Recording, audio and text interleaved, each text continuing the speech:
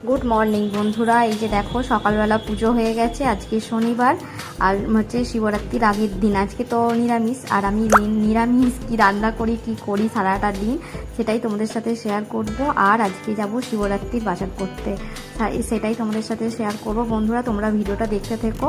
আর আমি ভিডিওটা ভয়েস পুরোটা দিতে পারবো না, কেননা আমাদের এখানে গান চলছে, প্রচণ্ড গান চলছে, সেই কারণে আমি একদমই ভয়েস দিতে পারছি না। আমি যতটা পেরেছি দিয়েছি। তোমরা ভিডিওটা দেখো বন্ধুরা, নিশ্চয়ই ভালো লাগবে। ভালো লাগলে লাইক কমেন্ট শেয়ার করে অবশ্যই আমার পাশে থেকো। আর তোমরা একটু ভালো ভালো কমেন্ট করো, তোমাদের ভালো ভালো কমেন্টেই আমার উৎসাহ আরও বাড়বে ভিডিও বানানোর। আর ভুল ত্রুটি অবশ্যই তোমরা আমাকে ধরিয়ে দিও। আর চলো বন্ধুরা তোমরা ভিডিওটা দেখতে থেকো। আর আমি যতটা যা পারছি ততটাই তোমাদের সাথে শেয়ার করেছি, যেভাবে পেরেছি। আর এই যে আওয়াজের জন্য আমি কিছুই যে ভয়েস দিতে পারিনি। আর এখানে দেখো দুপুরে রান্না সব সবজি ভাজছি। আজকে কি রান্না করছি দেখে তো বুঝতেই পারছো। আর দেখো এই কি করছি, এই যে আজকে দুপুরবেলা বানাচ্ছি একটু ফ্রায়েড রাইস। তো প্রথমে ভেবেছিলাম এমনি ভাত করব, তারপরে ভাবলাম একটু ফ্রায়েড রাইস। আর বড় এনেছে এঁচোড়, নিরামিষই হবে, নিরামিষই বানাচ্ছি, তোমাদের সাথেও সেটা শেয়ার করছি। এই যে দেখো যে একটু গাজর, বিনস আর কড়াইশুঁটি ছিল, সেটা ভেজে নিয়েছি। এখানে আদা, একটু কাজু বাদাম এইসব বেটে নিয়ে বানিয়েছি। এটা খেতে কিন্তু এত সুন্দর হয়েছিল। আর লাস্টে একটু ঘি আর গরম মশলা দিয়েছিলাম। আর একটু গরম জল দিচ্ছি। এটা পুরো গরম জলটা দিলেই বেশি তরকারিতে ভালো হয়, কিন্তু সবসময় যে দিয়ে ওঠা হয় না। আর এই যে দেখো অল্প করে জল দিয়েছি, তার কারণ হচ্ছে ঝোল ঝোল রাখবো না, একদম গ্রেভি করবো। এই যে হয়েও গেছে। আর ছেলেকে খাওয়াবো, আর তার সাথে একটু ঝুরি আলু ভাজা বানিয়ে নিয়েছি ছেলে খাবে বলে। ব্যাস আজকে আমাদের দুপুরে এটাই মেনু ছিল। কেমন লাগলো অবশ্যই কমেন্টে জানিও বন্ধুরা। নিরামিষ দিনে এটাই আমি বানিয়ে ফেললাম, কি খাবো ভাবে। এখন যাচ্ছি একটু মার্কেটে শিবরাত্রির কেনাকাটা করতে। এখানে লোকগুলো দেখছে বলে না আমি ভিডিও করতে পারছি না, এখানে দোকানের লোকগুলো দেখছে। এখানে ছেলে টিউশন পড়ছে, ছেলেকে একটু নেব, ম্যাডামের কাছে যাবো, তাই বেজে গেল 7:10। পারছি না কখন আমি কেনাকাটি করব।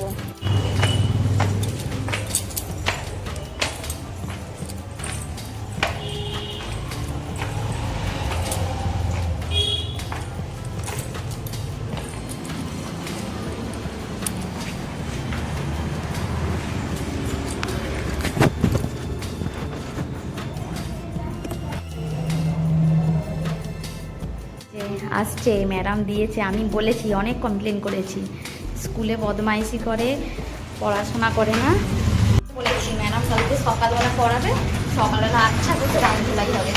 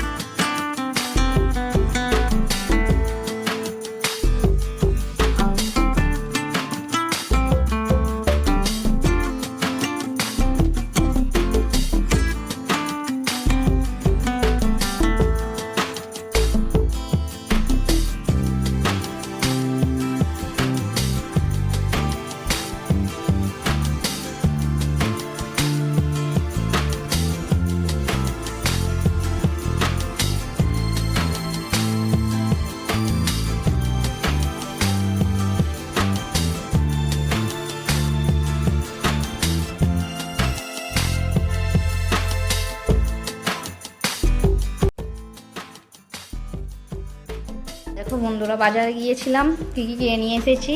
বাড়ি থেকে মুড়ি নিয়ে এসেছিলো, সেই মুড়িটা শেষ হয়ে গেছে। মুড়ি নিয়ে এসেছি, মুড়িটা আজকে লাগবে না, কিন্তু মুড়িটা তো ঘরে মুড়ি রাখা দরকার। এখানে আছে দেখো শাঁকালু, শশা। আমরা যে কিশমিশটা খাই, কিশমিশটা আপাতত শেষ হয়ে গেছে। আমি সামনে দোকানে যেটা ছিল সেখান থেকেই নিয়ে এসেছি। চিনি নিয়েছি, বড় দানা সাবু পাইনি তাই ছোট দানা সাবু নিয়ে এসেছি। দাঁড়াও ঢালি, হাই রে। এখানে আছে যে প্রদীপ, দেখাই আরো, এখানে দেখো আছে পইতে প্রদীপ, বড় প্রদীপ কিনেছি। তার সাথে যে জাগর শিবরাত্রির যে তেল হয় সেই তেল কিনেছি প্রদীপটা জ্বালানোর জন্য। আর এখানে কর্পূর আছে। আচ্ছা, এই আকন্দ ফুলের মালা নিয়েছি, বলো না আকাশ ছোঁয়া দাম। এটাই 20 টাকা নিয়েছে, ওটাই অনেক কম নিয়েছে। দুটো কিশমিশটা নিয়েছি। এটা হচ্ছে যে আমি সকালবেলা আমরা ড্রাই ফ্রুটস খাই, কালকে আমি খাবো না কিন্তু ওরা তো খাবে। আর আমার বর যেখান থেকে নিয়ে আসে আপাতত যার তার ভিতরে এত ভিড়, কোনো রকমে যে ওই 3টে জিনিস কিনে নিয়ে এসেছি।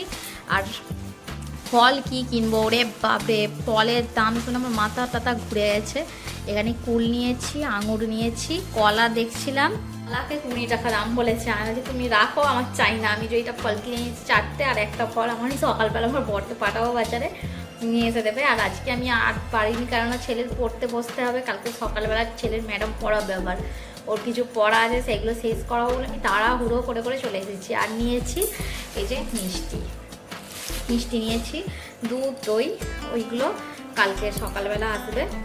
আর হচ্ছে যে দই পাশের আন্টি বলেছে যে আমি দই বসাই, আর পাশের আন্টিতে ওরা হিন্দুস্তানি, ওরা তো ভগবানকে ভোগ দেয়, আর ওখান থেকেই বলেছে দই নিয়ে নিতে। আর বেলপাতা পাইনি মার্কেটে, আর মানে সন্ধ্যাবেলা যদি তাড়াতাড়ি যেতাম বেলপাতাটা পেতাম।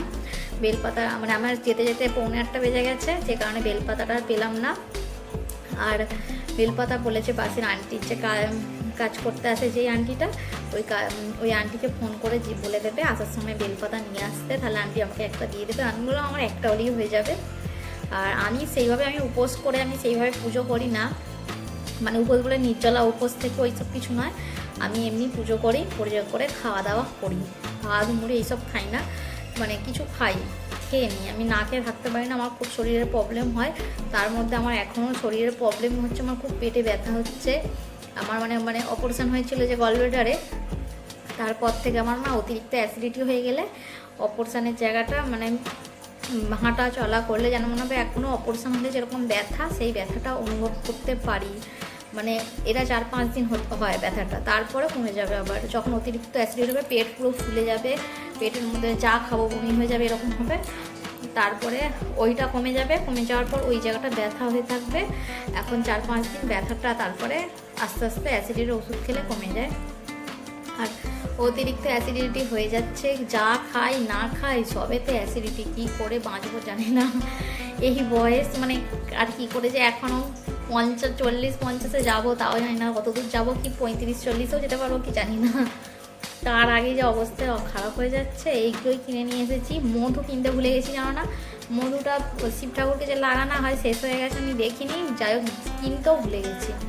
বরকে বলেছি আসার সময় মধুটা নিয়ে আসতে, বাকি জিনিসগুলো সকালবেলা ছেলেকে টিউশন ছাড়তে যাবে নিয়ে আসবে।